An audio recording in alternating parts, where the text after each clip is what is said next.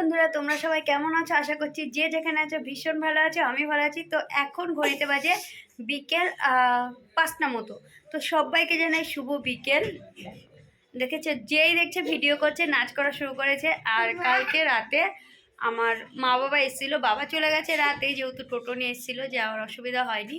তো এখন মা আছে ওদের বায়নাতেই, ওদের বায়না ছিল আজ পিঠে খাবে। তো চলো আজ কী পিঠে বাড়িতে হয়েছে সেটা তোমাদের সাথে দেখাই। তো চলে এসেছি রান্নাঘরে। আজ যেহেতু শনিবার ছিল, তো শনিবারে আজ কী রান্না করলাম চলো তোমাদের দেখাই। কারণ আজ যেহেতু নিরামিষ, শনিবারে এমনিতেও শনিবারে তো নিরামিষ হয়, তাছাড়া আমার মা বাবা আসলে কিন্তু আমাদের বাড়ি নিরামিষ হয়। তার কারণ আমার মা বাবা পুরো নিরামিষ, ওনারা মানে কোনো জিনিসই খান না।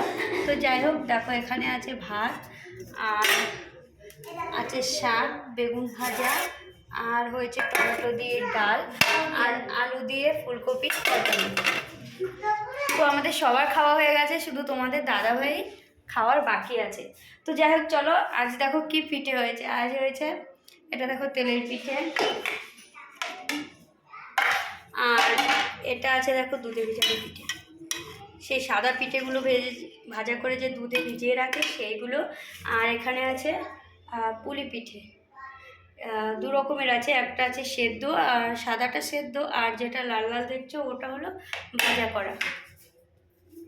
তো এখানে আরেক রকমের আছে, দেখো এইটা পাটিসাপটা। এই সবগুলো পিঠের থেকে আমার কিন্তু পাটিসাপটা আর দুধে ভিজানো পিঠেটাই বেশি ভালো লাগে। তোমাদের কোনটা ভালো লাগে অবশ্যই কিন্তু কমেন্টে জানিও। আসলে আমি খুব একটা ভালো পিঠে বানাতে পারি না, তাই প্রতি বছর যখন শীত আসে, আজ 2-3 বছর ধরে, তো মাকে এনে তারপরে মা পিঠে বানিয়ে দেয়, বা মা বাড়ি থেকে বানিয়ে পাঠিয়ে দেয়, কারণ আমি খুব একটা ভালো পিঠে বানাতে পারি না। হ্যাঁ, সন্ধ্যা হয়ে গেছে। সায়ন কি খাচ্ছে? দুধের পিঠে। সায়ন কিন্তু এমনি দুধের পিঠে খায় না, শুধু ওই মানে সাদা পিঠেটাই খায়। আমি দেখো তোতলাচ্ছি, তো যাই হোক, তো দুধের পিঠে খায় না, কিন্তু এখন কেন জানি না খাচ্ছে, ভালো লাগছে তাই। দিদুন কোথায় গেছে? কলপারে। ঠিক আছে। তো ওই দেখো আমার মা আসছে, কলপারে গেছিল আমার মা পা ধুতে।